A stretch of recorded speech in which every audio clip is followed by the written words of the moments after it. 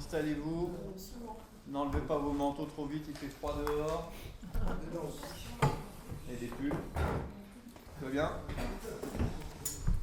C'est parti. Bien, chers conseillers municipaux, membres du public, bonsoir. On va donc démarrer cette séance du 2 décembre.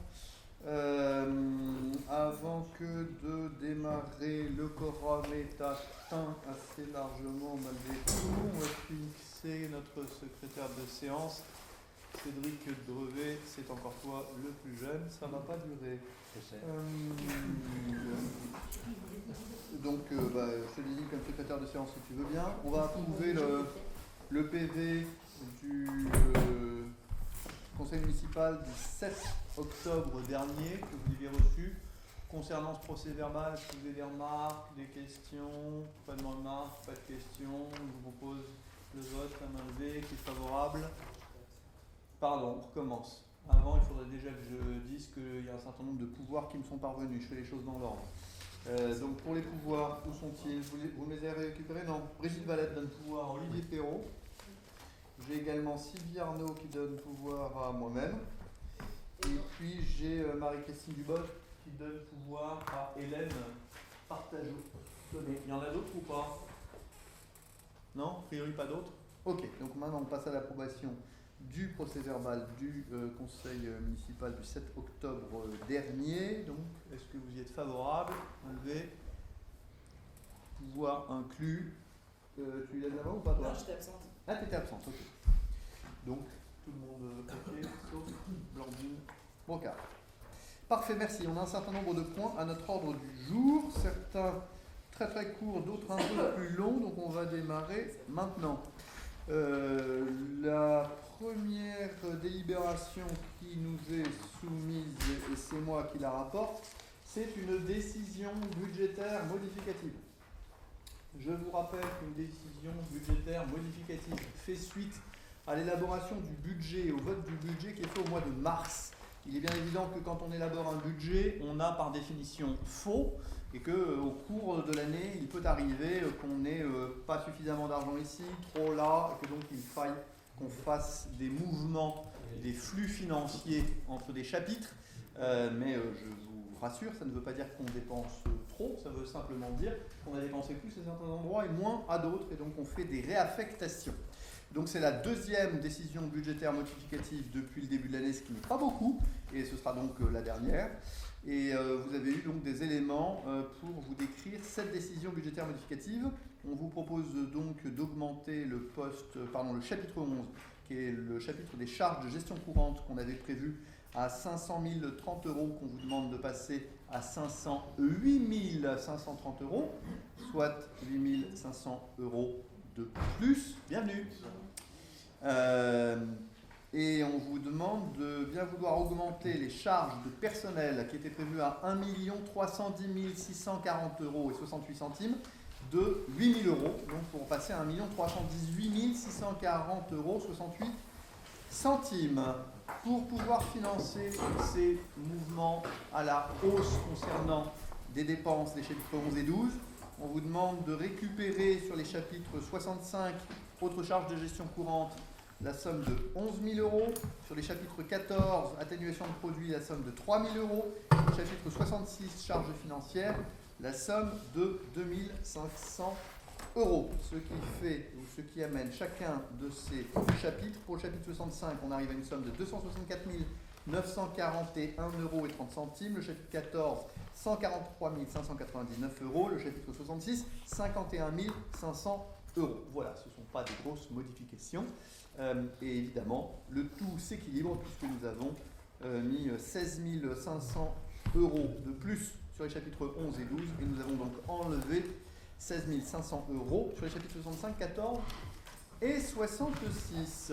Je vous sens absolument passionné. Qui a des questions, des souhaits de précision sur ces différentes modifications? 8 000 € sur les charges de personnel, c'est pas un poste, c'est... Charges, pardon? 8 000 € en plus sur les charges de personnel. Oui. C'est pas énorme, mais ça représente pas... Ça, sur une année, ça représente pas beaucoup du tout. Ouais. Non, Il y a non, un 8 000 euros. ajustement, Non, c'est simplement, on est toujours très limite sur les charges de personnel. Je ne sais pas comment on fait, mais à chaque fois on évalue. Je ne dis pas qu'on est à l'euro près, mais enfin pas loin. Ce qui est plutôt signe de bonne gestion. Mais comme on évalue de façon très fine à chaque fois, bah, on se trompe un petit peu. Donc là, sur le mois de décembre, je ne sais même pas si avec les 8 000 euros, sans les 8 000 euros, ça passerait pas. Je ne sais plus ce qu'on a dit, mais on s'est dit, cas où, on préfère mettre 8 000 euros pour être sûr que ça passe, parce que sinon on se retrouve bloqué au mois de décembre pour payer les salaires et je suis obligé de faire un conseil municipal exceptionnel. Voilà. Donc on sera limite, mais c'est grave. Par ailleurs, et puisque vous me donnez l'occasion d'en parler un peu, sur l'ensemble des dépenses que nous faisons aujourd'hui, on va arriver à peu près aux dépenses que nous avions budgétées. Je parle de la totalité des dépenses. Par contre, sur les recettes, on va les exploser. On va faire plus de 80 000 euros en plus de recettes sur le budget. Donc le bilan global de cette année va être très positif. Mais on verra ça au mois de février, mi-février, au prochain conseil municipal. D'autres questions, modifications, précisions? Pas spécialement. Dans ce cas-là, je vous propose de voter la décision budgétaire modificative telle que je viens de vous la décrire, qui est pour... c'est l'unanimité, pouvoir inclus. Merci beaucoup. Point suivant concernant les subventions, et donc il y en a deux, l'une pour le RAS-Z qui va être défendue par Valérie Nectou, une pour l'association Diez qui sera défendue par Blandine Brocard. C'est donc Valérie qui démarre. Oui, donc pour le RAS-Z, l'année dernière nous avions une subvention de 357,70 €, mais c'était pour l'achat d'une mallette pédagogique. Pour cette année, ils ne nous ont pas demandé de subvention particulière, donc nous proposons en fait de voter une subvention de 200 € pour le budget de fonctionnement, pour qu'ils puissent acheter tout le matériel qu'ils ont besoin en fait pour travailler tout au long de l'année. C'est plutôt des petites fournitures, Voilà, des petites sur fournitures. les papiers, les stylos, Oui, etc., voilà. etc., en sachant que d'autres communes participent également au budget du RACED habituellement. Voilà, c'est une petite somme, c'est pas grand-chose, mais ils ne nous ont pas demandé quoi que ce Non, soit ils n'ont d'ailleurs. rien demandé. Donc c'est plutôt pour assurer leur quotidien, on va dire. Ils n'ont rien demandé, du coup c'est équivalent à. Pas l'année dernière, mais 2017. Oui, l'année d'avant, Alors, c'était non, des 2017, euros. non, 2017 c'était aussi un autre achat de mallettes. Ça fait 2 ans on avait des achats de mallettes, donc cette année comme ils nous ont rien demandé, Ah oui. j'ai proposé. Le test de effectivement- Wechter. Ouais. Test Oui, de... pardon. Wechter, de Weiss. Pas de questions? Alors pour le vote d'une subvention de 200 € pour le AZ qui est pour l'unanimité. Merci beaucoup. Deuxième subvention défendue, cette fois-ci c'est 4 000 € et c'est Blandine Brocard qui défend. Alors, c'est une subvention pour les pianissimes. J'ai presque envie de vous dire, on ne les présente plus, mais quand même. Donc, c'est notre festival annuel qui prend une ampleur vraiment de plus en plus importante année après année. Cette année, c'était la 14e festival. Avec, j'allais dire, les classiques, c'est-à-dire entre autres les concerts pédagogiques qui concernent vraiment en particulier nos écoles, mais aussi de plus en plus les écoles du voisinage. Ils avaient lancé l'année dernière, et cette année ça a vraiment pris aussi une belle ampleur, lecture sous l'arbre avec des ateliers danse pour les enfants. Ça perdure. Ils ont constaté pour cette année un grand rajeunissement de leur public grâce à des tarifs vraiment spécifiques et des tarifs, on va dire, sociaux qui amènent effectivement à renouveler grandement le public. Ils sont particulièrement fiers, j'allais dire, ils le méritent. Ils ont eu des très belles coupures de presse cette année, en particulier dans la Tribune de Lyon. Voilà. Et donc il y a quelques années, c'était Télérama qui les avait placés dans les 12 meilleurs festivals de France. Donc effectivement, cette année, la Tribune de Lyon leur a fait une très belle couverture et les a présentés comme un modèle de décentralisation culturelle dont les professionnels des grandes villes feraient mieux de s'inspirer plus souvent. Voilà. Ce qu'on peut dire. C'est chouette ça. Ouais, tout à fait. Pas mal comme compliment. Ouais. Et encore une fois, amplement mérité, il me semble. À moins que vous n'ayez des demandes de précision supplémentaires, je vous propose donc d'approuver cette demande de 4 000 € de subvention pour les pianissimes.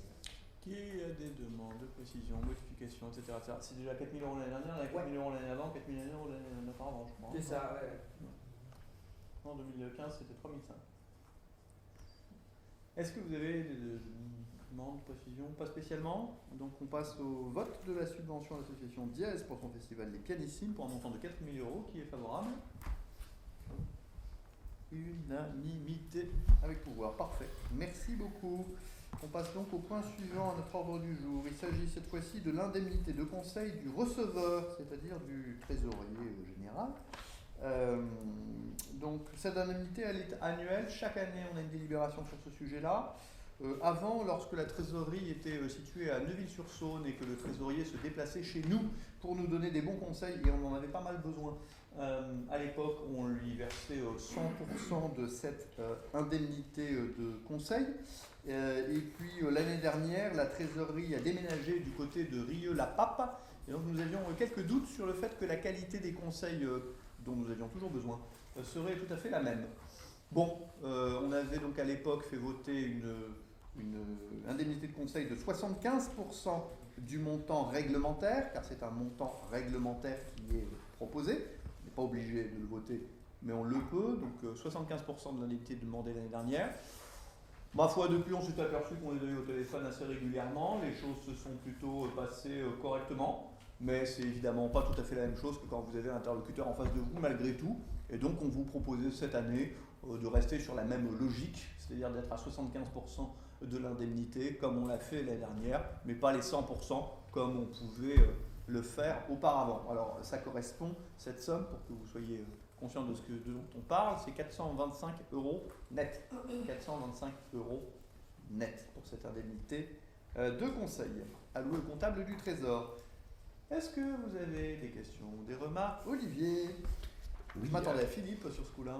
Non, Alors c'est Olivier. Alors bon, d'une part, ce qu'il faut dire, c'est que la trésorerie va déménager à Tassin. Qui a déménagé à Rieux, va déménager à Tassin en 2021, d'une part, et que d'autre part, c'est la dernière fois que l'on vote cette indemnité pour le receveur, puisque ça a été supprimé dans le projet de loi de finances pour 2020, et donc ce petit pécule pour le receveur qui se met directement dans la poche va être supprimé. Voilà. Et sinon, heureusement qu'il va être supprimé, puisque la trésorerie va déménager à Tassin, donc le receveur va être à Tassin pour recevoir les pépettes. Et en fait, la fonction de conseil va être séparée de la fonction de receveur. Donc on va avoir un conseiller qui va se déplacer dans les mairies pour venir nous conseiller directement, mais ça ne sera pas le receveur. Donc il n'y a pas de raison d'aller donner une indemnité de conseil à un receveur qui ne donne pas de conseil. C'est assez logique jusqu'ici. Donc ça sera en 2020. Tout le monde a À suivi? partir de 2020. Voilà. Non, À partir de l'année prochaine. 2021, mise en œuvre. Oui, non, mais par contre, la suppression de l'indemnité, c'est pour 2020. Oui, d'accord, c'est la dernière fois effectivement qu'on la vote, mais ce dont Olivier est en train de vous parler, ce sera mis en œuvre à partir du 1er janvier 2021. Ok. Je tiens juste à rappeler que les receveurs, enfin les trésoriers, c'est les seuls à répondre sur leurs données personnelles de tout problème dans les mouvements financiers qu'ils traitent. C'est le seul fonctionnaire qui a ça comme charge. Donc c'était aussi une des façons qu'il y avait de pouvoir s'assurer dans ce genre de cas aussi. Donc, je sais pas C'était lié à ça en fait. C'était lié à cette responsabilité-là, tu veux dire? oui, Entre autres. puisque c'est le seul agent de l'État qui est fonctionnaire d'État, mais qui doit pouvoir répondre sur ses deniers propres en cas de problématique. C'est la trésorerie générale qui le fait. Mais comme chaque régisseur finalement. Mais cette indemnité particulière, elle est liée au conseil que l'on donne, dans la loi, au conseil que l'on donne en dehors de ses attributions, en dehors de ses horaires de travail, vers son déplacement vers les mairies, ce genre de choses. Voilà. Bon, c'est une vieille prime, on va dire. Hein. Oui. Voilà. Fait d'une vieille façon. Est-ce que vous avez des remarques? Pas spécialement.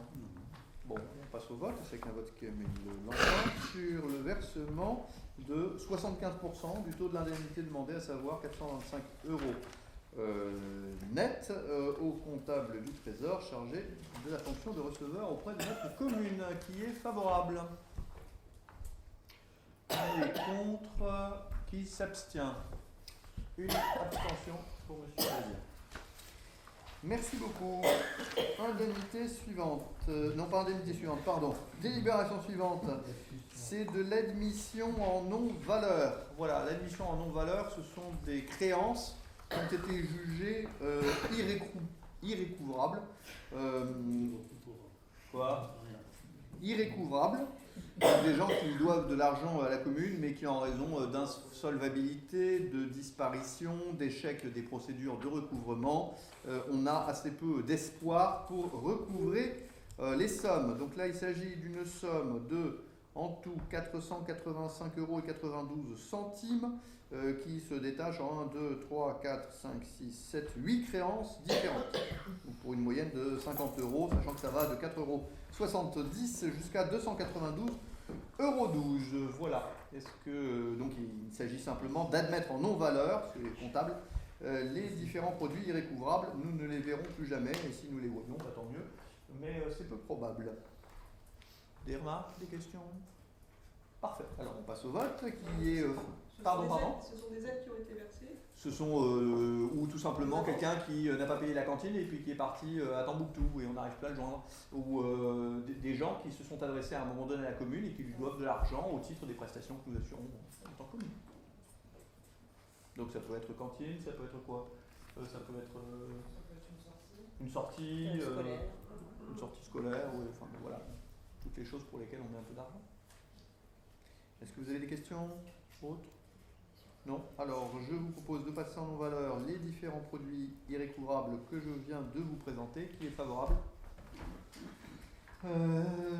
Unanimité. Merci bien. Point suivant, c'est les tarifs municipaux. Olivier, c'est toi qui t'en occupes ? Oh oui. Alors, Bon, bah écoutez, ça va aller très vite, on change rien. Donc d'ailleurs, je me demande pourquoi on vote, puisque des tarifs qui n'ont pas changé, ils restent valables. Donc je vous propose de voter les tarifs tels qu'ils ont été votés l'année dernière. ça c'est juste, hein, pourquoi on est passé en délit puisqu'il y a rien qui bouge ? La trésorerie m'a demandé de les repasser. Ah bah si la trésorerie est demandée. C'est dire qu'on les avait pas fait l'année dernière. D'accord. Bon. Voilà. Donc il n'y a rien qui bouge pour la location. Tu pourrais préciser quand même un peu.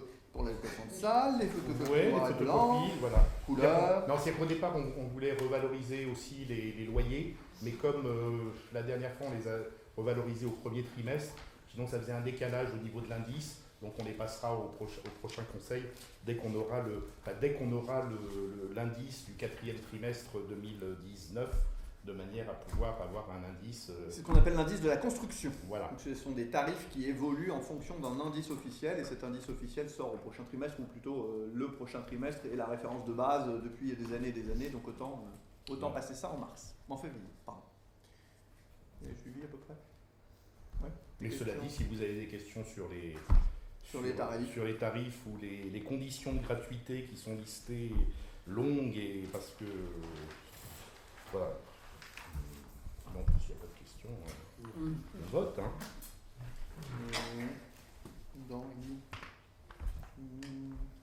Pas des questions ? C'est ce que je suis en train de regarder. Ah. Non, ça va bien. Ok. Des questions ? Pas spécialement. Alors, je vous propose de voter le maintien des tarifs municipaux, que ce soit pour le cimetière, les photocopies, les locations de salles, telles qu'elles vous ont été listées sur la convocation qui vous a été envoyée. Qui est favorable ? Unanimité. Merci beaucoup. Délibération suivante. C'est une demande de subvention à notre région Auvergne-Rhône-Alpes concernant un appel à projet bois énergie. Vous savez que nous allons agrandir l'école, refaire la Maryse Bastier, que tout cela va se passer entre, tu nous en diras un mot tout à l'heure Cyril, enfin entre mars et tout début, fin août. Mi-février. Entre mi-février et fin août. Voilà, et dans l'ensemble des travaux que nous escomptons faire, il y a le remplacement d'une chaudière. Et pour le remplacement de cette chaudière, on envisage de prendre une chaudière bois. Alors ce qu'il faut savoir, c'est que la chaudière bois, c'est bien pour l'écologie, l'environnement, c'est par contre plus cher qu'une chaudière normale, mais ça s'amortit beaucoup mieux dans le temps. Donc en clair, ça coûte plus cher maintenant, mais sur l'ensemble des années pendant lesquelles cette chaudière bois tournera, la commune gagnera de l'argent. Et comme en plus on travaille pour l'environnement, c'est plutôt coup double. Alors, lorsque on s'engage dans ce type d'investissement, on a aujourd'hui des possibilités de faire appel à des subventions dédiées. Et il y en a une de la région Auvergne-Rhône-Alpes qui s'appelle l'appel à projet Bois Énergie. Donc nous allons les solliciter pour nous aider à financer cette chaufferie bois, sans aucune garantie que la subvention nous soit versée, mais qui n'essaie pas gagne rarement à l'arrivée. Donc on va essayer de récupérer, on leur fait une demande de 91 000 € sur un budget total de 227 500 €. Voilà, donc c'est pour cela qu'on doit passer une délibération, parce que dans le dossier que nous complétons pour faire appel auprès de la région de cette subvention, eh bien, nous avons besoin d'une délibération du conseil municipal qui s'engage à mettre en place une chaudière bois si effectivement il bénéficie de cette subvention. Ce qui ne signifie pas que si nous ne l'avons pas, nous ne ferons pas le projet. Ça signifie simplement qu'il faut qu'on fasse cette délibération pour obtenir cette subvention éventuellement. Plus clair? Avez-vous des questions? Oui.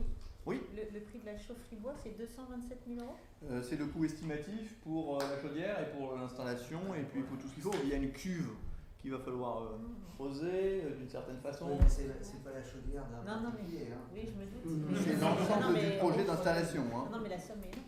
C'est important, ouais. Mais on a une grosse chaufferie, c'est quand même le bâtiment principal de la commune. Et c'est beaucoup plus cher qu'une chaudière gaz, à titre Le, indicatif comme ça.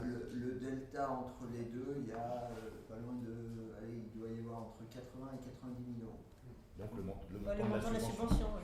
qu'on n'aurait pas si... Alors le montant de la subvention, oui, mais je te rappelle, Mais- enfin je rappelle quand même qu'une chaudière gaz, c'est quoi? Oui, non, mais 15 après- ans? Une durée de vie d'une chaudière gaz, oui, c'est 15 ans. Une chaudière bois, c'est plutôt 20 ans bien poussé. Quoi. Voilà. Et avec un seuil de rentabilité aujourd'hui qui était entre 11 et 12 ans. Donc c'est-à-dire le basculement à partir de la 11e ou 12e année, ça devient rentable. Du moins, ça devient plus rentable que le gaz. Et quoi qu'il en soit, sur la chaufferie, donc il y aura une chaufferie bois et une chaudière gaz pour les grands froids ou les petits froids. Puisqu'il faut que la chaudière bois tourne à plein régime. Et en cas de panne, tout simplement. Non, s'il fait pas très froid. En cas de panne, non, elle n'est pas capable de suffire. Hein. Ah bon? Non. Non, disons qu'une chaudière bois est extrêmement rentable quand elle travaille en pleine capacité. Donc on a toujours tendance à prendre une chaudière bois qui a une capacité qui correspond à 80%, on va dire, et on la jumelle avec une petite chaudière gaz. Et les jours de grand froid, donc les deux chaudières sont amenées à travailler ensemble. Ah d'accord, ok. Voilà, Donc c'est uniquement pour les questions de grand froid. Voilà, c'est uniquement pour les périodes de grand froid. C'est-à-dire quelques jours par an. Alors, pour mener cette étude, il n'y a pas eu Cyril, malgré tout son talent. Et Non, on a fait des choses il a également lancé une étude auprès du CIGERI, je crois. Hein. C'est eux qui t'ont établi une étude pour vérifier la rentabilité à 2 ans, etc., etc. On a fait les choses sérieusement. Ok? Des questions? Pas spécialement? Parfait. Alors je vous demande de bien vouloir m'autoriser à solliciter une demande de subvention à la région dans le cadre de l'appel à projet Bois Énergie. Subvention donc que je demanderai de 91 000 € pour un coût estimatif total du projet de 227 500 €, qui est favorable. C'est parfait, unanimité. Merci beaucoup. Convention médecine préventive, centre de gestion. Je te le laisse, Olivier. Bien, alors en fait, pour la médecine préventive, la médecine du travail, donc pour les agents, on fait appel au centre de gestion 69 qui donc propose le service, donc fait les visites d'embauche, les visites périodiques, le suivi personnalisé des agents, tout ça moyennant jusqu'à présent un pourcentage de la masse salariale de 0,37%. Ils se sont aperçus que ils n'ont pas assez de sous. Il faut qu'ils revoient complètement leur système. Ils ont besoin de mieux payer les médecins parce qu'ils ont du mal à les recruter. On connaît les problèmes de désertification et la difficulté d'installer les médecins quelque part. Donc eux ont aussi cette difficulté. Donc ils ont revu complètement leur offre. Et maintenant, en fait, ils nous proposent un nouveau contrat. Un contrat basé sur un coût par agent. Comme ça se passe à peu près dans toutes les entreprises, enfin toutes les entreprises qui font appel à un service de médecine du travail ont un coût par personne annuel obligatoire et non pas basé sur un pourcentage sur la masse salariale. Alors il se trouve que ce nouveau contrat qu'ils nous proposent va nous faire payer un peu plus cher. Parce que en fait, on a la particularité d'avoir un gros service périscolaire et donc d'avoir beaucoup d'agents qui travaillent 15 heures par semaine ou 15-20 heures par semaine et donc à mi-temps. Et donc forcément, je veux dire qu'avec un pourcentage sur la masse salariale, ça ne fait pas beaucoup. J'ai fait le calcul à 0,37%. On doit être sur les agents qui sont à mi-temps on doit verser pour la médecine du travail quelque chose comme 30 ou 40 euros par an. Donc, ce qu'il nous propose, c'est de nous faire un contrat. C'est pas à nous, il le propose en fait à toutes les communes qui adhèrent au CDG 69, à 70 euros par agent et par an pour l'année 2020, qui sera augmenté à 80 euros en 2021. Et maintenu à 80 euros en 2022, donc un contrat sur 3 ans. Pour nous, ça fait une augmentation, je pense, de l'ordre de 30%, ce qui est énorme. Moi, ça a été ma première réaction, augmentation de 30%, c'est énorme, mais en fait, je trouve finalement qu'on arrive dans un système qui est philosophiquement plus intéressant. Je trouve que c'est normal de payer, même si on a des agents beaucoup d'agents à mi-temps. Ça n'empêche qu'il faut payer pour le service qui est rendu. Même après, on peut discuter du service rendu par la médecine du travail, c'est une autre histoire. Mais je trouve que c'est plus logique d'aller payer un coût par agent qui, malgré tout, la visite d'embauche est la même à mi-temps ou à plein temps, et les visites périodiques également. Voilà, donc ça va. Donc moi je suis plutôt, je trouve que le principe, il faut savoir qu'on reste quand même entre 20 et 50% moins cher que les services de médecine du travail habituels. Non ? 90 euros. 90 euros ? Ouais, 90 euros. Oui, mais parce que tu as un truc discount. Et c'est tous les 2 ans. Là, ça va être tous les 5 ans. Une visite tous les 5 ans. Donc tu payes 70 euros par an et tu as une visite tous les 5 ans. Coût de la visite, 350 euros. Non mais cela dit, je suis d'accord sur le fait, après avoir lu ce dossier, j'ai quand même l'impression que on veut nous faire payer plus pour moins de services, grosso modo. C'est exactement ça. Mais malgré tout, je trouve que le principe de payer un coût par agent est plus logique. J'aurais préféré que ce soit moins cher. Maintenant, j'ai pas trouvé moins cher que 70 et 80 euros. J'ai fait beaucoup de recherches. Mais on n'a pas le choix. Oui, voilà. On pourrait aller chercher un autre service. Même pas, on est une commune de moins de 3500 habitants. Tu es obligé d'adhérer au centre de gestion pour ce type de service. Donc même pas. On n'a pas le choix. Il nous propose un choix qui est un non-choix. Donc de toute façon, il faudra le voter. C'est pas obligatoire. Maintenant, je vais vous donner mon avis personnel. Mon avis personnel, c'est que c'est du vol pur. Du vol pur. Il y avait avant une visite tous les 2 ans pour les agents, qui était à 70 euros par an, ce qui faisait 140 euros la visite. Je ne sais pas si quand vous allez voir votre médecin et qui vous demande de faire pipi dans un bocal ou de mesurer votre taille, ça vous coûte 140 euros en sortant. Et ben là, c'est plus 140 euros, c'est 350 euros. Donc personnellement, je le dis, je trouve ça assez scandaleux. Je pense qu'il y a beaucoup de choses à refondre en matière de médecine du travail, mais de façon générale en France. Bon, il se trouve que c'est comme ça, que de toute façon, nous n'avons pas le choix. Donc, je veux bien qu'on en discute les uns les autres, mais au final, il n'y a rien à faire, il faudra qu'on le vote. Et puis j'aime pas la manière non plus. J'aime pas qu'au mois d'octobre, on nous balance quelque chose à voter absolument avant le 31 décembre. Le moins de débat possible, s'il vous plaît. Donc ça non plus. Il y a vraiment pas mal de choses qui me choquent dans ce système-là. Je peux ajouter quelque chose ? Vas-y. On fait ça pour un même personnel, donc on pourra le toucher 2 fois. Pourquoi le toucher 2 fois ? Parce que s'il est prestataire à mi-temps dans une commune et à mi-temps dans l'autre, il va être donc déclaré sur 2 effectifs. C'est exact. Mais C'est tout à fait exact. Mais tout comme les employés, les particuliers employeurs. Tout à fait, de la même façon. Voilà. C'est un sujet que je connais bien. Il y a tout le monde qui paye, mais ça passe pas. Et puis alors, de temps à autre, en fait, vous leur dites, ah bah tiens, il y aurait besoin de faire une visite, et puis là, ils vous expliquent que de toute façon, il n'y a pas de visite possible parce qu'il n'y a pas assez de médecins. Ah bon, bah alors je paye pas. Ah si, vous payez quand même. Non, enfin voilà. C'est juste un scandale. Et quand on sait que la médecine du travail, c'est la partie de la médecine qui est le moins demandée par les médecins, lorsqu'ils se font affecter quelque part, c'est aussi pour ça qu'on n'arrive pas à trouver de médecins. C'est pas juste parce qu'il y a des questions de désertification, parce que les gens ne veulent pas, les médecins, après tu vas leur demander pourquoi, mais ne veulent pas bosser dans la médecine du travail. Enfin bref.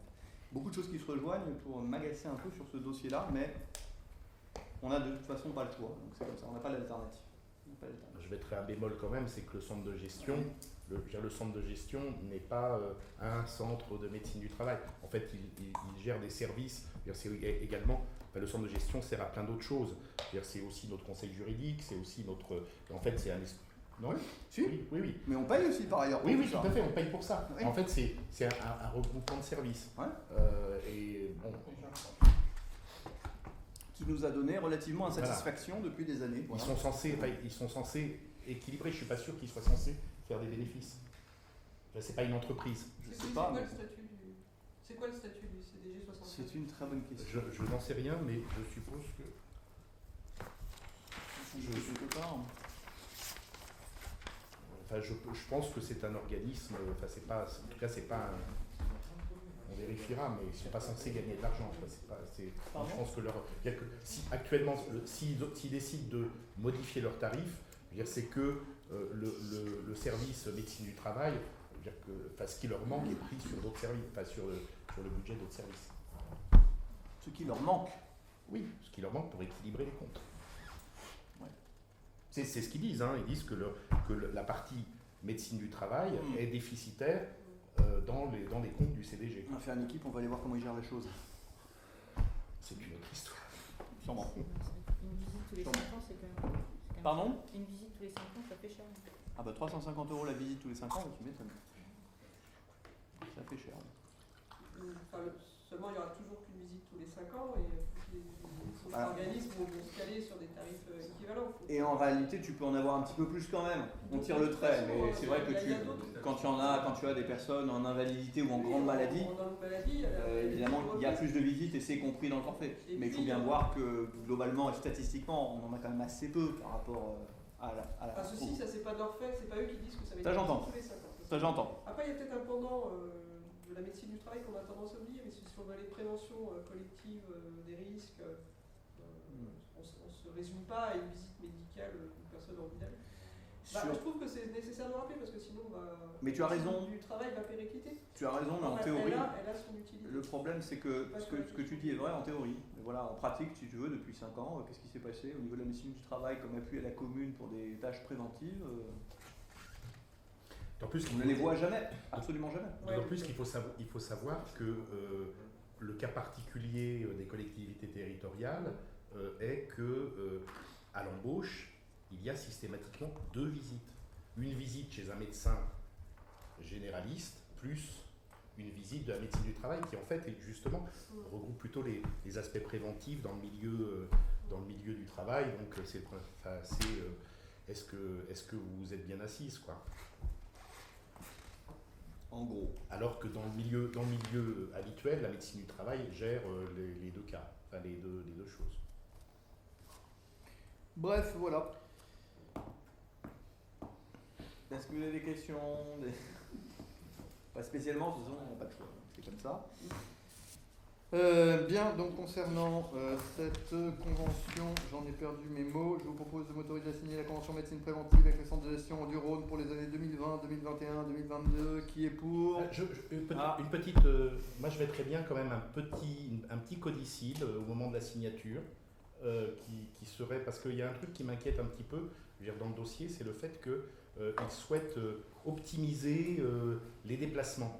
Alors ce que j'ai peur, c'est qu'on nous dise derrière, maintenant vos agents pour les visites. Très bien qu'ils viennent chez nous. Vous allez alors le CDG 69, j'y suis déjà allé, c'est un truc perdu, je sais pas où, inaccessible en transport en commun, etc. Et donc, je mettrais bien, sous réserve que les visites périodiques soient toujours effectuées dans nos locaux, puisqu'en fait c'est comme ça que ça se passe. Je sais pas. Pardon ? C'est un levier maintenant. À Neuville, voilà. Et sous réserve qu'il y ait un lieu de regroupement qui soit proche de notre commune. Voilà. Je ne suis pas du tout certain que légalement ce soit admissible. Si Bon, je veux dire, ça coûte rien de mettre un codicile. S'il Ouais. est illégal, ils nous le feront sauter. S'il est légal, ils le conserveront peut-être. Vous êtes OK pour mettre un codicile de cette nature-là, sous condition que le lieu de présentation soit bien ne soit moins de 2 km du truc à moins de 5 km, oui, par à exemple. moins de 5 km du lieu de travail. Voilà. Ça va comme ça? Ok, donc, compte tenu de cette modification qu'on vous propose, ou plutôt de ce complément, de ce codicile qu'on vous propose, pour attester que la visite doit se faire dans un lieu à 5 km maximum du lieu de travail des agents, je vous propose de m'autoriser à signer la convention médecine préventive avec le centre de gestion du Rhône pour les années 2020, 2021 et 2022. Qui est favorable? Non, pas tellement. Qui est contre? Qui s'abstient? J'aurais dû m'abstenir avec Franck. Moi. Franck s'abstient. S'abstient pour moi. Allez. Au suivant. Et le suivant, c'est quoi? C'est le RIFSEP, c'est ça? Et oui, il est là. Le RIFSEP. Alors, le RIFSEP, c'est un acronyme qui veut dire, que je ne sais même pas ce qu'il veut dire. Régime indemnitaire. Allez-y, aidez-moi, David. Régime indemnitaire. Ok, d'accord. Bon, c'est la même. Tenant compte des fonctions. C'est le. Ah oui, c'est ça. Régime indemnitaire, t'es bon, toi, vas-y. Tenant compte des fonctions suggestion, expertise et de l'engagement professionnel. Voilà. Beaucoup plus. C'est le nouveau régime indemnitaire de notre collectivité territoriale, en tout cas celui qu'on doit mettre en place dans toutes les collectivités territoriales, dans un délai que je n'ai toujours pas compris, je pense que ça fait longtemps qu'on doit le mettre en place. Voilà, donc il faut qu'on le mette en place. 2 ans? D'accord, donc depuis 2 ans, on doit penser, réfléchir ce système et délibérer dessus. Donc il s'agit du nouveau régime indemnitaire. C'est quoi le régime indemnitaire? C'est pas. Enfin, la rémunération, ça comporte des éléments obligatoires puis des éléments qui sont facultatifs. Les éléments facultatifs, ce sont les primes, ce sont les indemnités liées au grade, liées à la fonction, ce sont les avantages en nature et toute cette sorte de choses. Bon. Donc on est supposé mettre en place un nouveau régime indemnitaire qui marche un petit peu différemment et de façon plus homogène entre les différentes collectivités qui l'appliquent, en tout cas selon les mêmes principes. Donc le principe général, parce que si vous commencez à me poser des questions, je vais vous renvoyer immédiatement vers David, principalement, qui pourra vous éclairer. Le principe général, c'est qu'on doit déterminer un régime indemnitaire qui est applicable au poste et non plus à l'agence, c'est-à-dire aux missions exercées. Donc un régime indemnitaire qui est applicable en fonction de l'exercice des missions et non pas de la valeur réelle de l'agent. Je m'explique, ça veut dire que un jardinier qui s'en va demain laisserait place à un nouveau jardinier qui toucherait la même indemnité, la même ensemble de primes qui sont liées au poste de jardinier et non pas à la personne. Voilà. En gros, c'est ça l'esprit du RIFSEP. J'ai bien résumé? Pas mal. Bon. Alors, si ça a mis autant de temps, c'est que la façon d'envisager la chose ne me plaisait pas complètement, pour ne rien vous cacher. Et donc, on est allé chercher un peu et fouiller dans le RIFSEP, qui est quelque chose d'extrêmement compliqué, pour essayer de trouver une façon de voir les choses qui nous semble plus juste, plus équilibrée. On voulait faire de ce régime indemnitaire un véritable outil de management qui permettrait demain de récompenser les agents dont le travail de l'année précédente a été bon, voire excellent, via une prime, de permettre une mise en cohérence aussi des régimes indemnitaires au regard des postes et des agents, et de renforcer l'attractivité de notre commune, c'est-à-dire que quand on embauche quelqu'un, on puisse être un peu compétitif par rapport aux autres collectivités pour, de préférence, avoir des gens de qualité. Bon, donc le RIFSEP, c'est 2 choses. C'est 2 natures d'indemnités différentes. Il y en a une qui s'appelle l'IFSE. Alors celle-là, je l'ai, c'est l'indemnité de fonction, de suggestion et d'expertise. Donc, dans la loi, et dans l'esprit de la loi, une nouvelle fois, cette indemnité, il est prévu qu'elle soit exclusivement ou majoritairement basée sur les fonctions et minoritairement sur l'expérience. C'est-à-dire que dans les autres RIFSEP des autres communes qu'on a pu voir, ils ont mis en gros à 90%, voire plus, 97% je crois. Non, c'est ça le chiffre ? Autour de 90%. Que cette indemnité allait être liée au poste et donc autour de 10% sur l'expérience. Nous, on a choisi de pousser la machine pour qu'elle soit à 50% sur le poste et à 50% sur l'expérience. Et par ailleurs, dans les critères pour juger de l'expérience, on a mis en place 3 grands critères qui sont le savoir-faire, la formation et l'engagement avec la volonté de se former, et puis l'adaptation, la polyvalence. C'est ça ? Possible des fonctions. Tout ça, ces 3 critères permettent d'attribuer des points, et derrière ces points, des notations, et derrière ces notations, des montants indemnitaires. Et sur les 50 autres pourcents, qui sont eux des choses qui sont liées à l'expérience, là j'avais quelque chose qui permettait... Pardon ? C'était ça l'expérience, ce que vous venez de dire, les 3 critères. Bien sûr, pas du tout. Si, tout à fait. Et le reste, le reste c'est autre chose. Le reste c'est lié aux fonctions même de l'agent. Le reste c'est le CIA. Non. Quand je parle des 50%, 50%, je parlais d'IFSE. Voilà. L'IFSE fonction, c'est les fonctions qu'occupe l'agent, Ouais. le poste. Donc en fonction de la nature de ses missions, on va dire.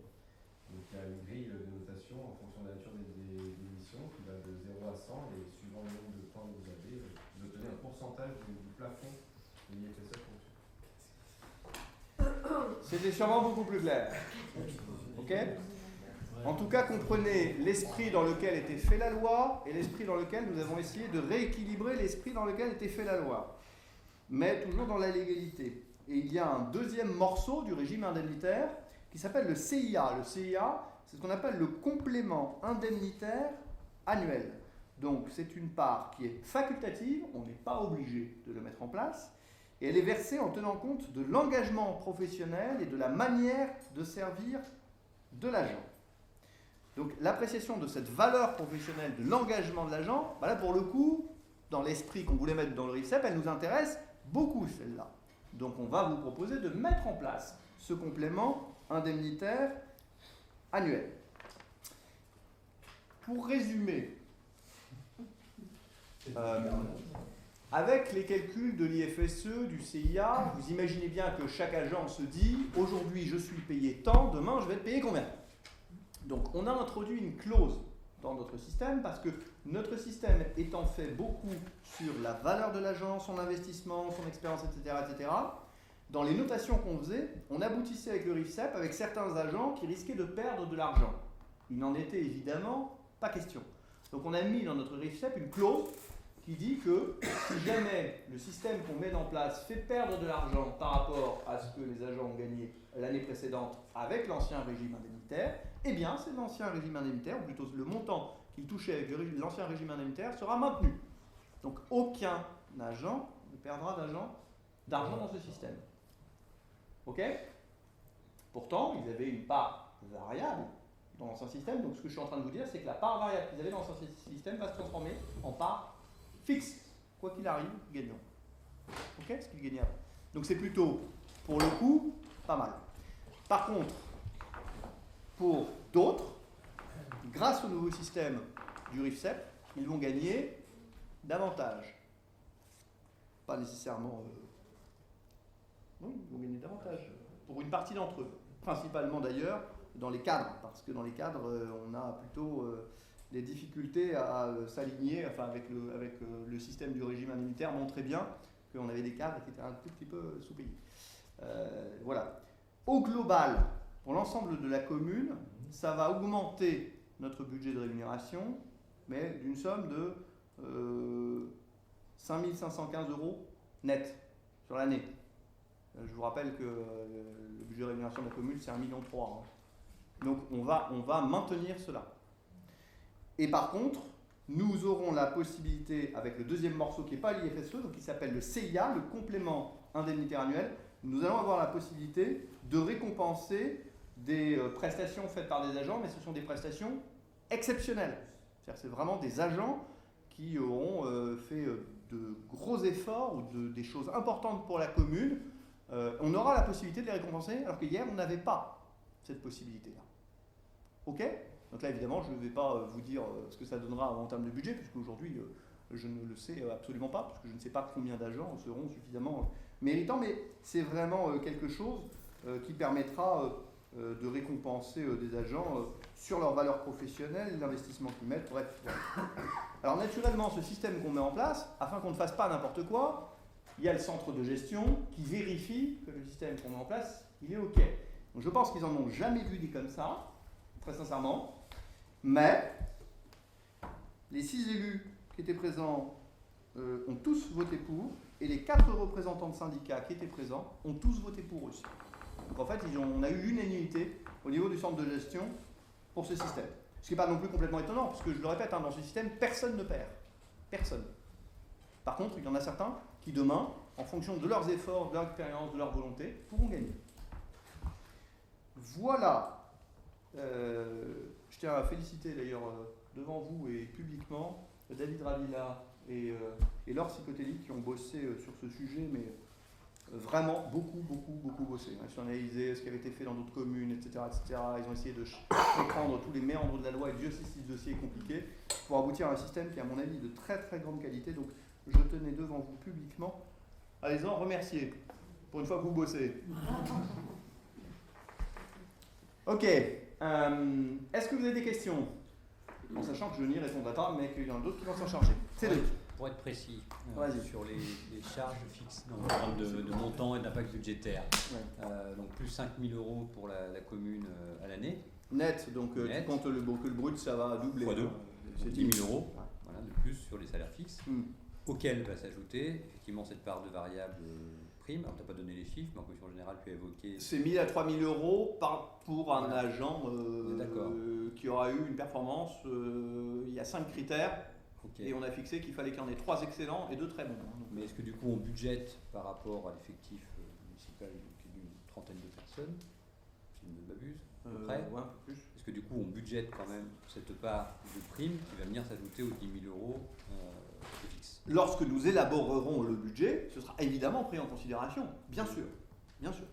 D'accord. Tout à fait. Mais on n'a pas du tout l'ordre de grandeur défini, parce que finalement l'impact budgétaire sera plus important pour la mairie avec des primes que par rapport au fixe, puisque si on parle de 1 000 à 3 000 € par agent, oui, tout à fait. Par 3. Oui. Si je prends 3 agents par an qui sont récompensés ou 4 agents par an, tu vas arriver à 20 000 € en tout, en plus sur le budget de la commune. D'accord. Mais pour ne rien te cacher, je ne suis pas allé taper à la porte de mes petits collègues, mais en mettant en place l'IFSE tel qu'il était prévu, je pense que ça a fait bien davantage exploser leur budget et que ça a bien moins permis que nous de pouvoir récompenser des agents méritants. Très clairement. C'est pour ça que je les félicite. C'est parce que derrière, j'avais posé des critères assez clairs sur la façon dont je voyais les choses en matière de régime indemnitaire des agents. Moi, j'ai toujours été étonné, on va dire, que par un système de primes, finalement, on ne puisse pas parvenir à récompenser des agents méritants et que finalement, les primes que nous versions devenaient une part de salaire fixe. Donc, il y a des choses sur lesquelles on ne va pas changer le monde. Et donc, les agents, quels qu'ils soient, qui qu'ils soient, continueront à percevoir les indemnités qu'ils touchaient auparavant. Personne ne sera perdant dans le système. Mais par contre, on a maintenant la possibilité de récompenser des agents qui sont méritants. Donc, ce sera prévu dans le budget, mais ça ne le fera pas exploser du tout, le budget. Et si on l'avait fait tel que c'était prévu, là, pour le coup, ça nous aurait coûté très très très cher, cette histoire. Juste un complément d'information. Dans le cadre de mon employeur, ils ont mis ça en place.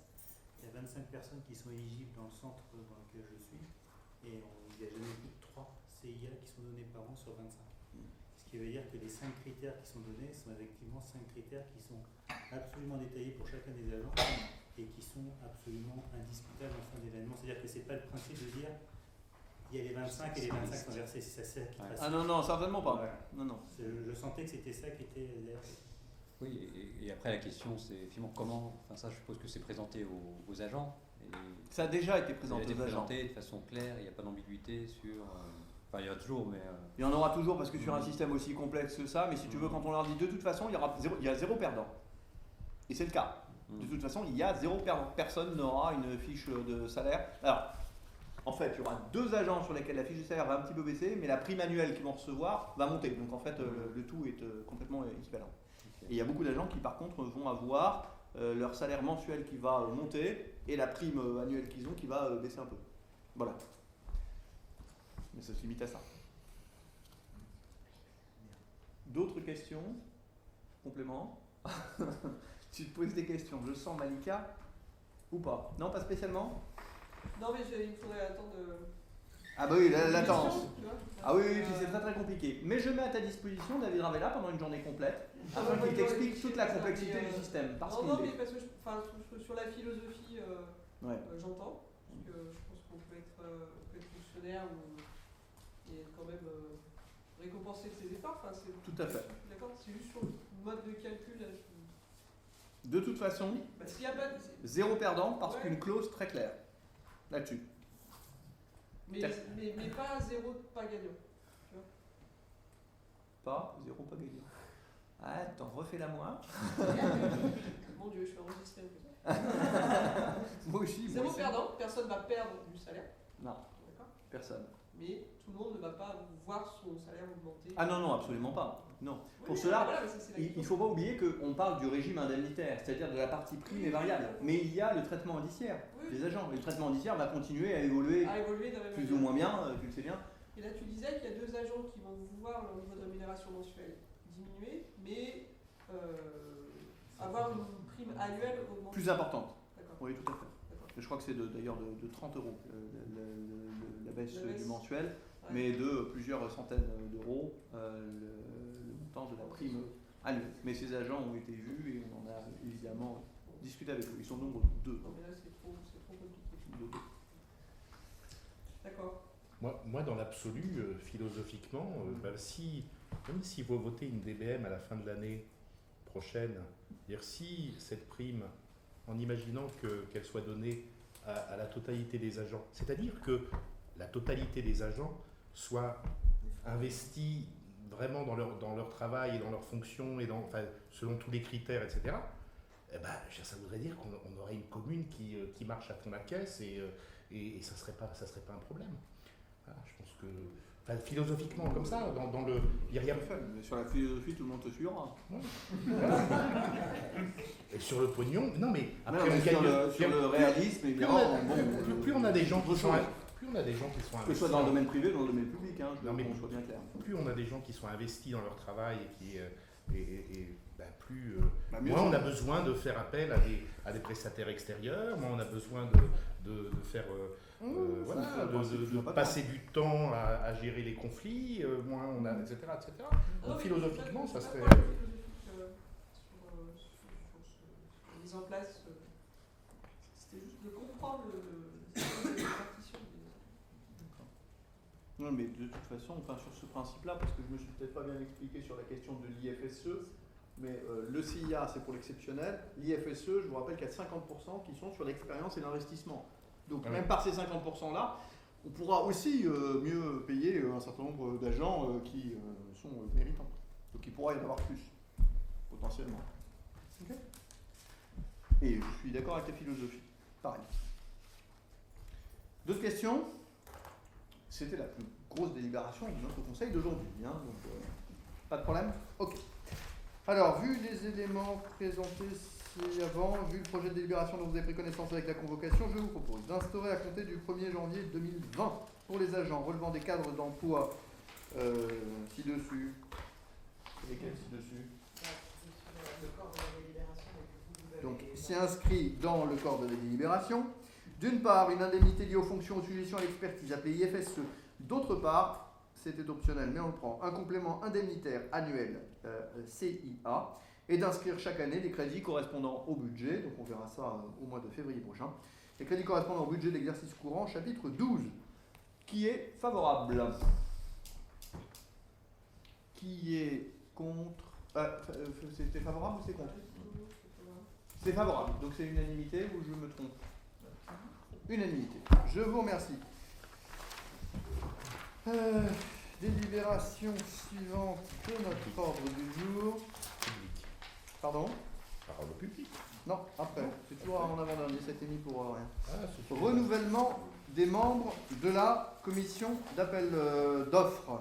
Donc vu qu'on a eu des petits changements dans nos effectifs municipaux ces derniers mois, il faut que nous procédions au renouvellement intégral de la commission d'appel d'offres par l'élection donc de 3 membres titulaires, de 3 membres suppléants à la représentation proportionnelle au plus fort reste. Donc la commission d'appel d'offres, je vous rappelle que c'est la commission qui est appelée lorsqu'il y a des marchés à passer, et il se trouve que dans les 4 mois qui vont venir, il va y avoir quelques marchés à passer. Nous avons donc consulté les conseillers municipaux de la majorité et les conseillers municipaux qui ne sont pas dans la majorité pour essayer de s'entendre sur une seule liste qui pourrait être possible.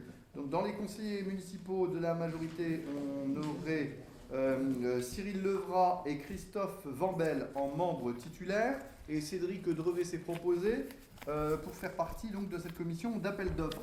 Et dans les membres suppléants, on aurait Paul Didier et Jean Cibor en membres suppléants. Et compte tenu que dans la majorité, que dans les conseils municipaux qui ne sont pas dans la majorité, il n'y en avait pas d'intéressés.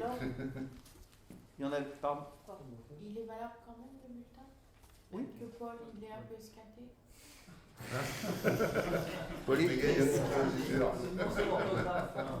T'as bien fait de m'interrompre pour ça. Et compte tenu que dans les membres suppléants, apparemment aucun conseiller municipal qui n'est pas dans la majorité ne souhaitait être suppléant, on a proposé à Olivier Perrault, il y a à peu près un quart d'heure, de l'accepter, ce qu'il a accepté avec un enthousiasme non fin. Voilà, donc vous avez devant vous soit la liste que je viens... Ah, il y a 2 listes. Il faut qu'on fasse 2 élections, une pour les titulaires, une pour les suppléants, sans blague. C'est vrai? Bien. Donc vous avez une liste pour les membres titulaires. Si elle ne vous satisfait pas, vous n'êtes pas obligé de la glisser. Vous pouvez glisser un bulletin blanc comme vous voulez. Et puis ensuite, nous passerons à l'élection des membres suppléants. Donc pour l'instant... Vous écrirez Olivier Perrault pour les pouvoirs. Parce que c'est pas écrit. Ah, donc il faut rajouter Olivier Perrault sur les pouvoirs, sur la liste membres suppléants. Pour ceux qui ont des pouvoirs, vous rajoutez Olivier Perrault sur votre bulletin. Si vous souhaitez bien sûr Vous n'êtes pas obligé. mettre cette liste. Si vous avez envie de mettre votre nom ou celui d'un copain, c'est possible aussi. On passe à l'élection, s'il vous plaît. Merci. Des membres titulaires de la commission d'appel d'offres. Donc vous prenez les bulletins des membres titulaires de la commission d'appel d'offres. T'as pas de bulletin? Le blanc, il est où? Pardon? Le blanc, il est où? Les bulletins blancs. Les bulletins blancs. Eh bien oui. C'est un peu orienté comme Ils arrivent. Ils arrivent. Ça vient. Attends. J'ai des petits. Tu veux un petit carnet? Ah bah oui, petit carnet, très bien.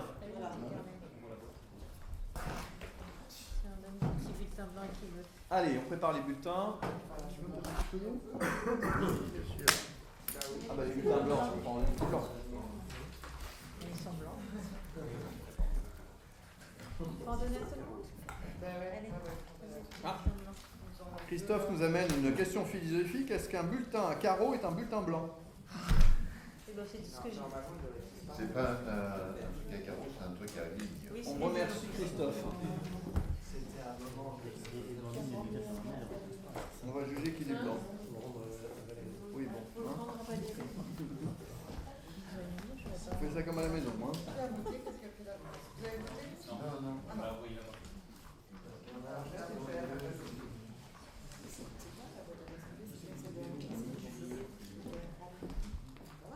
C'est tout bon ou pas? Bon, alors on passe donc à l'élection des membres titulaires. Vérifiez ce que vous allez mettre dans l'urne, en sachant que ceux qui ont des pouvoirs peuvent mettre 2 bulletins. Pouvoir, je mets 2 bulletins. Et au 2. Et de 2. Merci. Moi aussi. Plus pouvoir.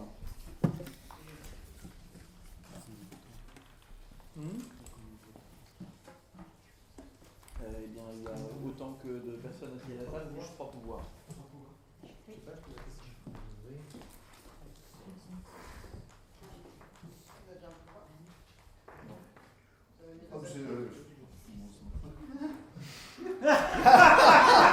On recommence. Désolé. Hein? On te redonnera quand on va le récupérer.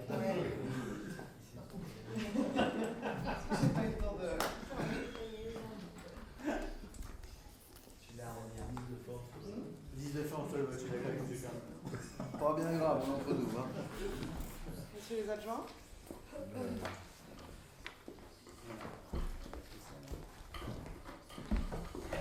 On doit avoir combien de votants là normalement?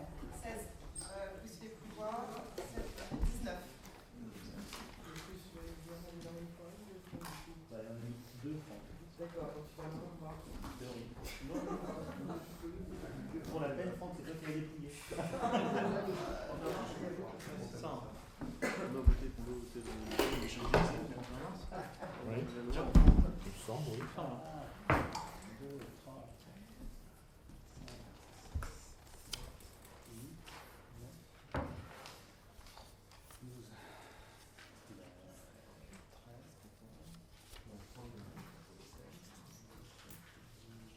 12, 19 ou 20, c'est ça? Bah oui, forcément, il y en a un plus. On y va. Alors, titulaire 1, c'est bon. 2, Normalement, à chaque fois, il faut que tu donnes les noms de tout le monde. 4. Bah, c'est toi, je te les dis, c'est toi qui les donnes. De brave, belle de revue. De brave, belle de revue.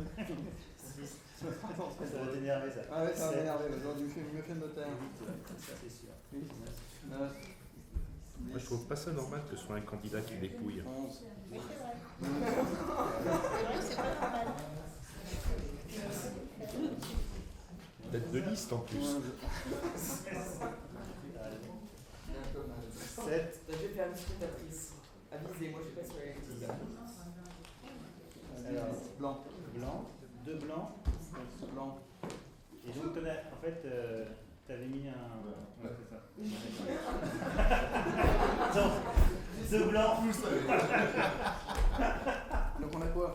2 blancs et 18 pour. 3, 4, 5, 6, 7, 8, 9, 10, 11, 12, 13, 14, 15, 16, 17 listes Levra, Rambel, Drevet Et 2 blancs. et 2 blancs. Donc la liste Levra, Rambel, Drevet est composée des membres titulaires de notre futur CAO. Merci, bravo, félicitations. On passe au suppléant maintenant. Ouais, c'est ça, t'as gagné. C'est parti. C'est bon, il le reprendra pour une deuxième fois. C'est bon. Vas-y, bon, c'est bon. Allez, deux. Et tu vas là-bas. Il faut fermer. On va pas mettre un cadenas normalement? C'est fermé. Ça devrait pas être transparent normalement. Oui. Pouvoir, pop, pop. Merci. Comme vous voyez, monsieur le correspondant du Progrès, c'est une ambiance village. Là, demain, on va avoir un artiste, on va se faire Prochaine fois, tu auras des observateurs de la préfecture. Je vais avoir 10 personnes de la préfecture qui vont débarquer au prochain conseil. C'est pas ce qui se passe à Saint-Germain, mais. Ma foi.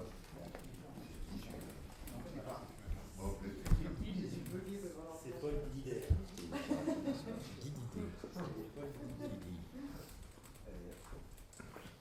Merci, madame. Allez, dépouillement.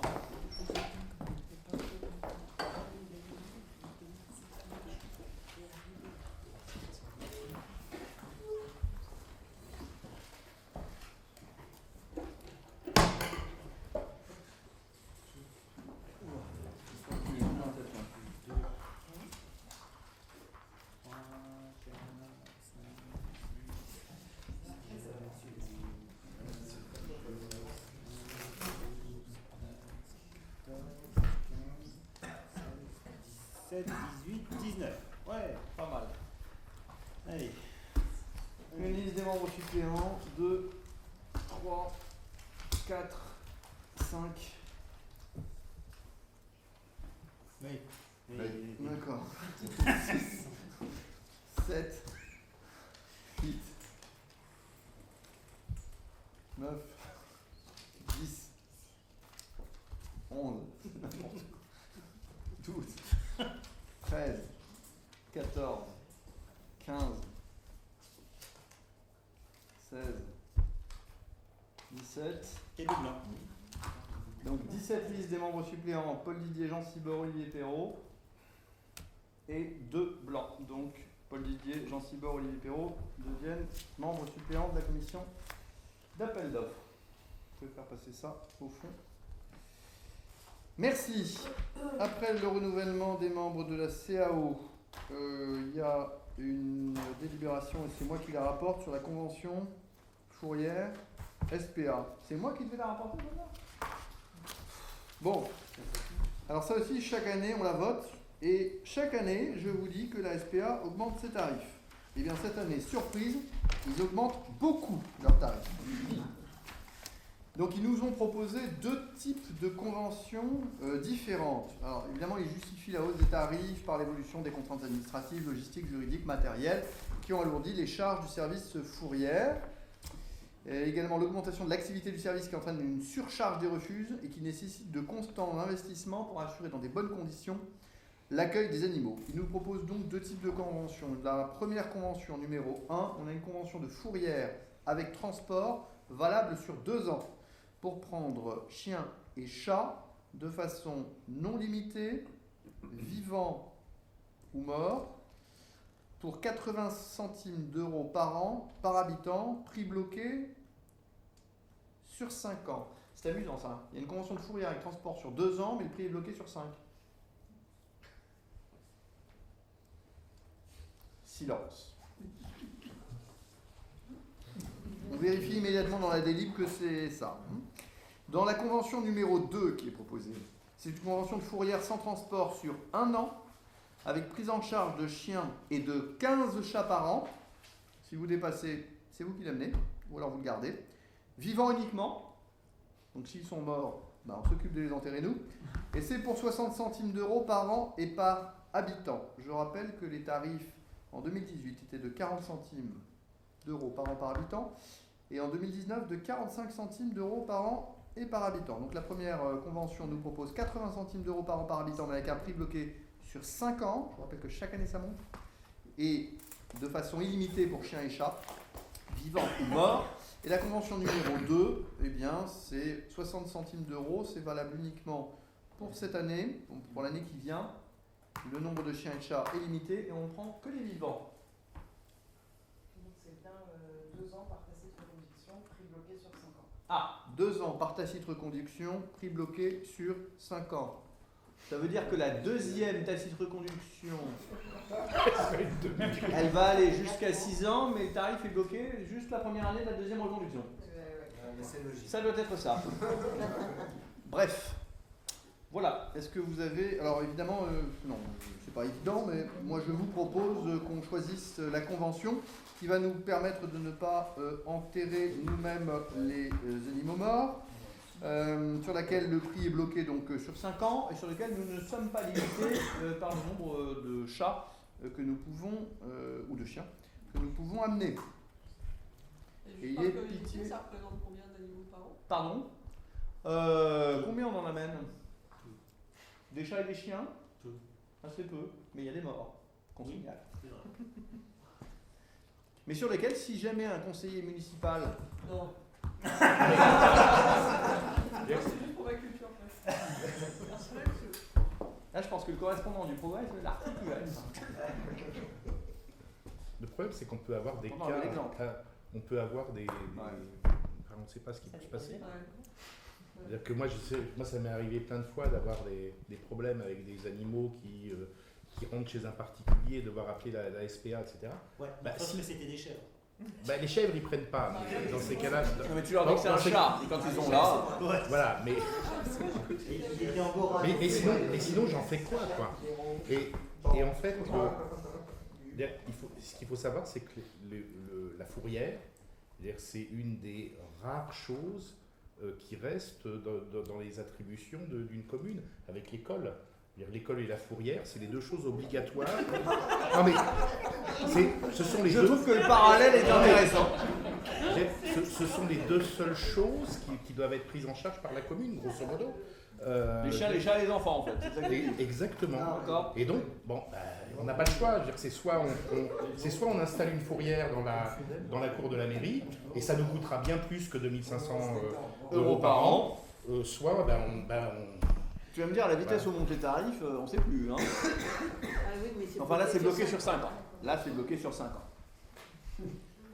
Est-ce que vous avez d'autres Est-ce que animaux sauvages commentaires, pardon? Animaux sauvages. Animaux sauvages, ça c'est nous qui nous en chargeons ça. Moi, j'ai fait des véros. Donc si tu croises un sanglier, éventuellement les chasseurs sont intéressés. Si c'est le pan de là-haut, j'en connais une qui le ramène sans arrêt à la maison. Qui a ramené des chèvres récemment? Moi, ici. Moi j'ai fait du bouc, j'ai fait du bouc, chevreuil, du bouc j'ai et fait du chevreuil à ma gauche. de l'âne. La douce vie des conseillers municipaux. Eh ben, on trouve les propriétaires, on les stocke quelque part, On on passe les des coups de attache. fil, on prend des renseignements, on perd une demi-journée, voire le week-end. Enfin, Voilà. On nourrit le bestiau. Avec quoi tu le nourris? Éventuellement on le mange. Éventuellement on le mange. Les chiens, une fois, j'ai ramené un bestiau comme ça. Bref, on a plein d'histoires à vous raconter, si ça vous intéresse. Allez, on revient à la délibération. Qui. Vous n'avez pas de complément, c'est bon? Ok, alors je vous propose de m'autoriser à signer la convention numéro 1. Celle qui prend en charge les chiens, les chats de façon limitée, vivants, morts, 80 centimes d'euros par an, par habitant, prix bloqué sur 2 ans. 5 ans, tacite reconduction, convention de fourrière et transport sur 2 ans et tacite reconduction. On ne sait pas ce qui se passe la 5e année, mais on trouvera. Qui est pour? Qui est contre? Franck. Tu t'abstiens? T'as envie de les ramener toi là? Allez, abstention pour Franck. Merci. Abstention pour Franck Alazia. Voilà, il nous reste une délibération et puis un certain nombre de points divers, mais c'est le moment où on suspend la séance pour donner la parole au public venu nombreux ce soir. Pas mal. 7 plus le correspondant. Bon score. Alors, est-ce que les uns ou les autres, vous avez des choses à nous dire? On est là pour vous répondre. Oui, Laurence. Avant de fermer la galerie, salle Marius Bastille, il y avait la pendule et un défibrillateur. La pendule est bien descendue, mais il n'y a plus de défibrillateur. Il est chez moi, j'ai des palpitations. Ah ben. Où est-ce qu'on a mis ce défibrillateur?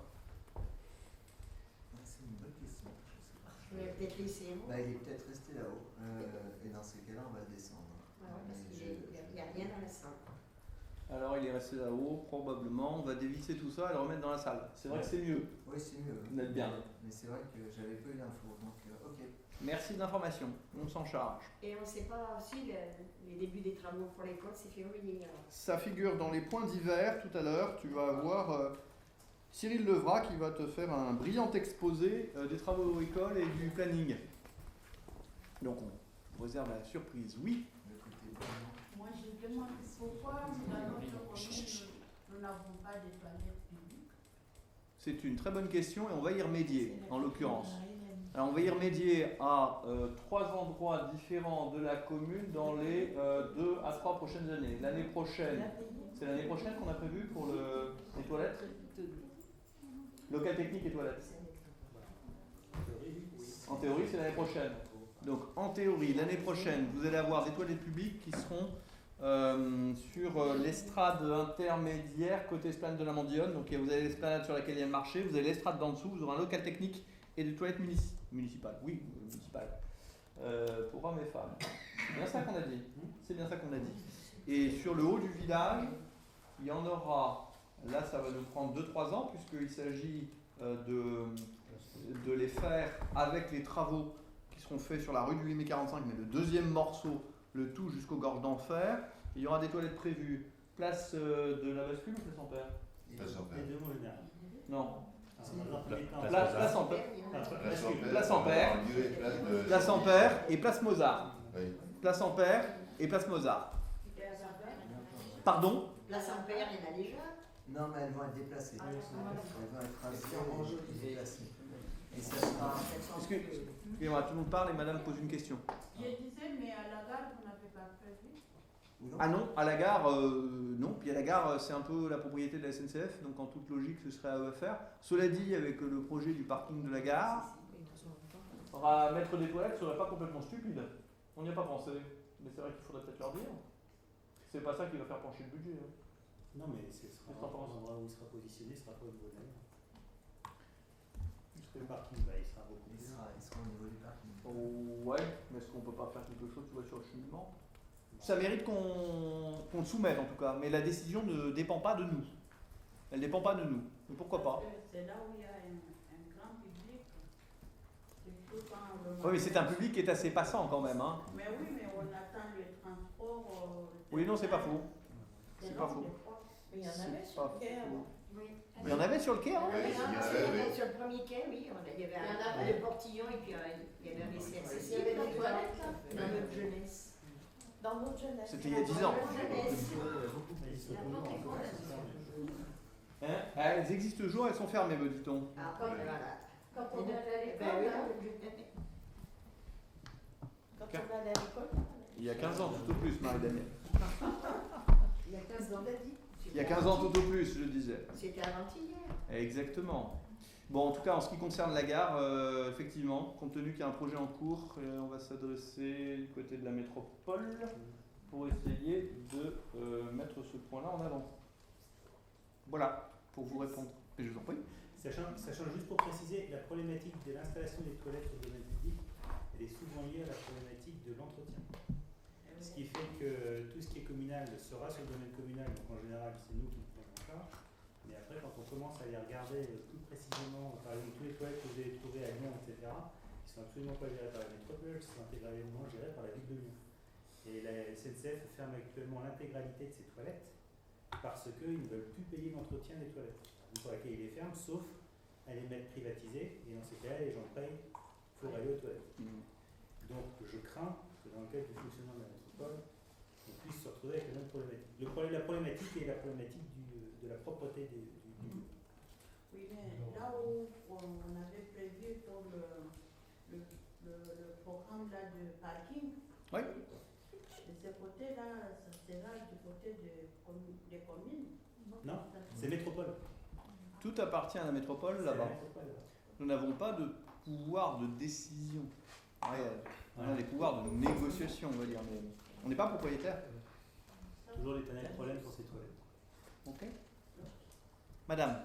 Oui, moi je voulais vous demander, sur le petit bulletin, c'est noté qu'on peut donc voir ou entendre les séances du conseil municipal, et ça fait plusieurs séances, c'est impossible de les savoir sur Internet. Oui, on m'a dit ça tout à l'heure, et c'est vrai, il y a eu un couac la dernière fois, en fait, un oubli, et puis après c'est passé, le temps est passé, mais je vais mettre demain les deux. Les deux en même temps. Les deux en même temps. Celui C'est du vrai que précédent conseil il et est resté celui-ci. dans la machine, et la machine n'a pas marché pendant 15 jours, et puis après c'était oublié.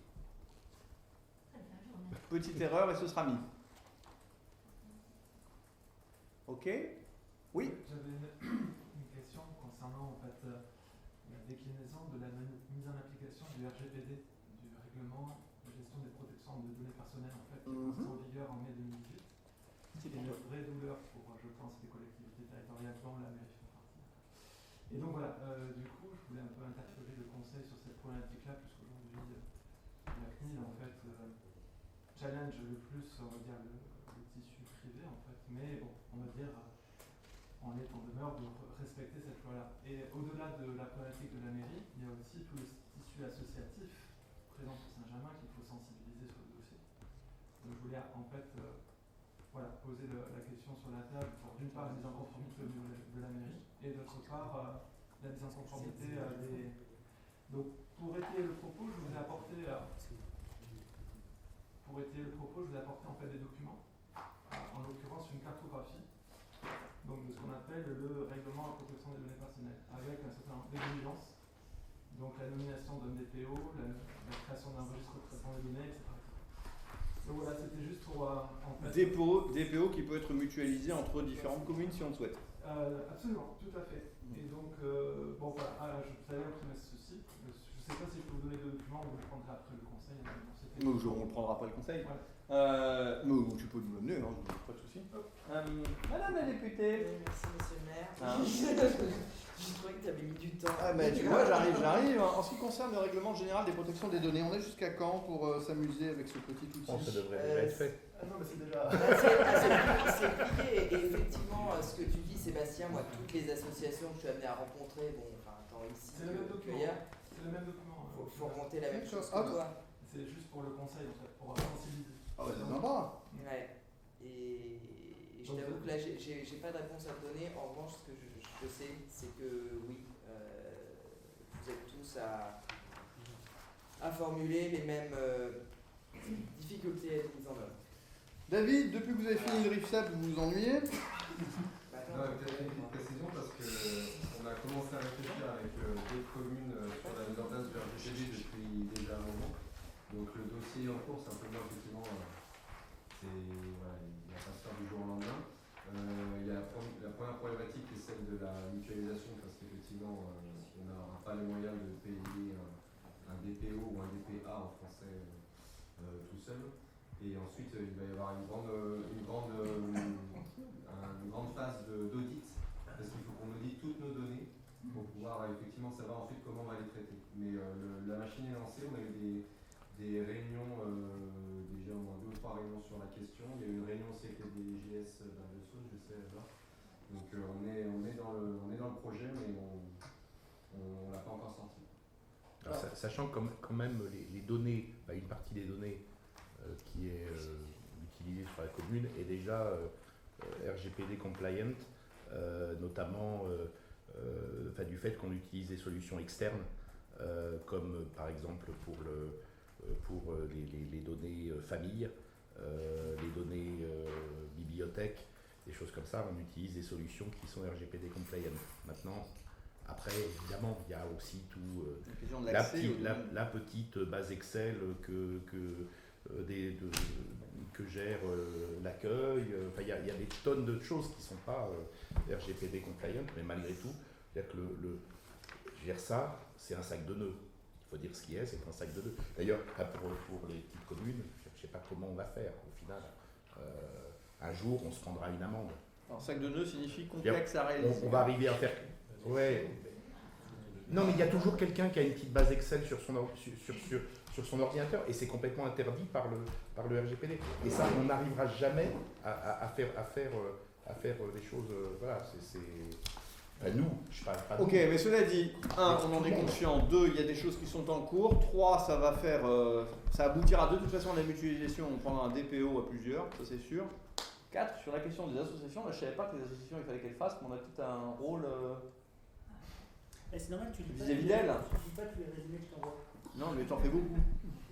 Mais on a peut-être peut-être quelque chose à faire vis-à-vis d'elles, parce que des associations sur la commune, on en a beaucoup. Alors si on les laisse faire toutes seules, les pauvres. C'est pour ça que la dernière fois que ça a été évoqué, c'était évoqué pendant l'Assemblée générale de l'école de musique. On a discuté également pour la Bonne Pioche. Et j'avais proposé, dans un résumé que j'envoyais aux camarades de gauche et moi, d'organiser quelque chose qui soit groupé entre toutes les associations et de manière à ce qu'on audite, on demande aux associations de la commune qui ont ça, qui seraient intéressées de se grouper et de faire quelque chose ensemble. Mais est-ce qu'il ne faut pas le faire le jour où la commune prend un DPO et qu'il vient sur place? Peut-être. On paye un peu plus et puis comme ça toutes les assos peuvent venir et assister au truc. Ah oui. Non, mais pas. Le problème, c'est la cartographie, c'est pas le. Le problème, c'est la cartographie et ensuite de conserver cette cartographie. J'entends bien, mais au niveau de chaque association, ça ne doit quand même pas être trop compliqué. Il ne doit pas y avoir non plus 15 000 fichiers différents pour une association donnée. Ah, tu as le fichier des adhérents, peut-être le fichier des gens qui. Ouais, à part le fichier des adhérents, d'ailleurs, il ne doit pas y avoir grand-chose. Des anciens adhérents. Oui, voilà. Il y a la liste des adhérents, il y a leur coordonnées bancaires pour certains. Il y a la liste des mails qu'ils ont envoyés, il y a des tas de choses qui font partie de ces données. Alors, il y avait un dernier élément qui avait été évoqué à l'issue de l'école de musique, c'est que Sébastien s'était proposé également, compte tenu du fait qu'il en fait quelques-unes dans le cadre de ses activités professionnelles, Absolument. de donner un coup de main. À la commune? Oui, même au tissu associatif, en fait, en termes de sensibilisation et de donner un plan d'action. Parce qu'en fait, l'objectif, c'est d'en être conscient et d'essayer de faire quelque chose, quoi. On ne va pas laisser des trucs à vololo, quoi. Donc au moins, quelque part... Il s'appelle Sébastien Rocher, j'ai son portable et son mail. Je vous donnerai ça tout à l'heure. Merci Sébastien. Enfin, de manière, on va dire, dans la mesure du possible. Bien sûr. Pour les 6 prochains mois, à mi-temps. Non, mais moi, je pense que c'est un enjeu assez fort. Et qui fait appel en fait à un second point, qui était en fait la question de la cybersécurité et de la protection des données numériques, avec 2 axes en fait. Vous avez peut-être noté que donc, un CHU a été victime en fait ce qu'on appelle d'une attaque informatique, d'une cyberattaque, donc avec un ransomware, donc un logiciel qui va chiffrer les données et les rendre inaccessibles. De manière peut-être un peu plus confidentielle, l'agglomération de Cognac a fait l'objet aussi d'une cyberattaque et a perdu toutes ses données. Plus de 50 ans de conseil municipal, donc toutes les données numériques en fait, numérisées ont été perdues. Et dans ce contexte-là, ce sont des choses qui apparaissent en fait pas mal en fait aux États-Unis, mais on voit que la France est de plus en plus touchée avec ce que j'appellerais des balles perdues en fait sur le cyberespace. Donc une balle perdue, ça va être quoi? Ça va être vous allez recevoir un mail avec potentiellement un programme malveillant qui pourra avoir un impact conséquent sur le système d'information de la mairie. Donc dans cette perspective-là, je trouvais que ça serait intéressant déjà de voir est-ce qu'on a la vision des mécanismes de défense, cartographique du système d'information, et en fait juste avoir aussi un mécanisme d'évaluation du niveau de protection qu'on a en place. Donc rien que pour le système d'information de la mairie. J'ai attiré votre attention que l'hygiène cybersécurité des entreprises ou de n'importe quelle, on va dire, organisation va faire l'objet d'une notation. Quand là, vous appelez la notation financière, il apparaît que les anglo-saxons commencent à faire aussi des notations cyber. On n'en est pas là, évidemment à l'échelle de la commune, et j'ose croire que la Russie n'a pas de vérité à influencer les prochaines élections non plus avec des cyberattaques. Mais il n'empêche que, voilà, je pense que ce sont des enjeux sur lesquels il faut se préoccuper à la fois de la taille de notre municipalité, mais aussi au niveau du concitoyen. Donc dans cette perspective-là, je vous ai apporté aussi un kit de sensibilisation qui est fait par le ministère de l'Intérieur, qui s'appelle la cybermalveillance avec toute une série de mots-clés. Je vous invite aussi à regarder le rapport annuel en fait, du ministère de l'Intérieur sur les cyberattaques en, fait, en France, qui a été publié en juin. J'ai eu l'occasion de rencontrer et de discuter avec le secrétaire d'État, et donc effectivement c'est une tendance de fond qu'il faut prendre en considération en termes de risque pour une organisation. Donc voilà. Donc deux points. Peut-être se reposer la question de notre niveau de protection de sécurité sur le système d'information de la mairie. On n'est jamais à l'abri d'une erreur humaine en fait, et quelque part quel est le niveau de contrôle qui est en place pour garantir qu'on ait un bon niveau de sécurité. Et puis second point, peut-être un axe de sensibilisation par rapport à cette menace qui touche à la fois les organisations et nos concitoyens. Ouais. Je vous laisse aussi le kit de communication, le kit de sensibilisation qui est disponible d'ailleurs. Regardez sur le... Et ça se passe à ma gauche, t'as des remarques, Olivier? C'est de la sensibilisation, c'est vulgarisé. C'est pour vous donner en fait une... Ah, parce que c'est vulgarisé, c'est pour moi, je t'en remercie. La communication, c'est... Non, je le prends bien, je le prends bien. Des photos. Il y a des photos. On en parlera tous les deux. Il y a des photos. Un mot ou pas? Non, c'est sur ce genre de choses, ouais, il faut toujours un peu faire la balance entre du bénéfice-risque. Célèbre Assemblée nationale, on dit. On peut pas se protéger de tout, mais on peut faire mais c'est vrai qu'à côté de ça, on a effectivement un parc informatique qui se développe à la vitesse grand V. Moi, ça commence à me faire un petit peu peur, parce que maintenant, à chaque fois qu'on me demande d'aller mettre des nouveaux ordinateurs à droite à gauche, on les sort du système, car j'ai toujours refusé de mettre les systèmes serveurs, enfin de mettre des systèmes de VPN pour des accès externes, des choses comme ça, parce que c'est risqué. On a le risque, les risques sur les réseaux internes ici sont minimums, je dirais. Il y a plus des risques sur des postes simples. Maintenant, tout est délocalisé sur un serveur qui lui est sécurisé. Donc, je dirais que les données qui sont sur les ordinateurs personnels, c'est plus des données. Si c'est des trucs, si on les perd, il y a des choses qui sont certainement mal enregistrées, certainement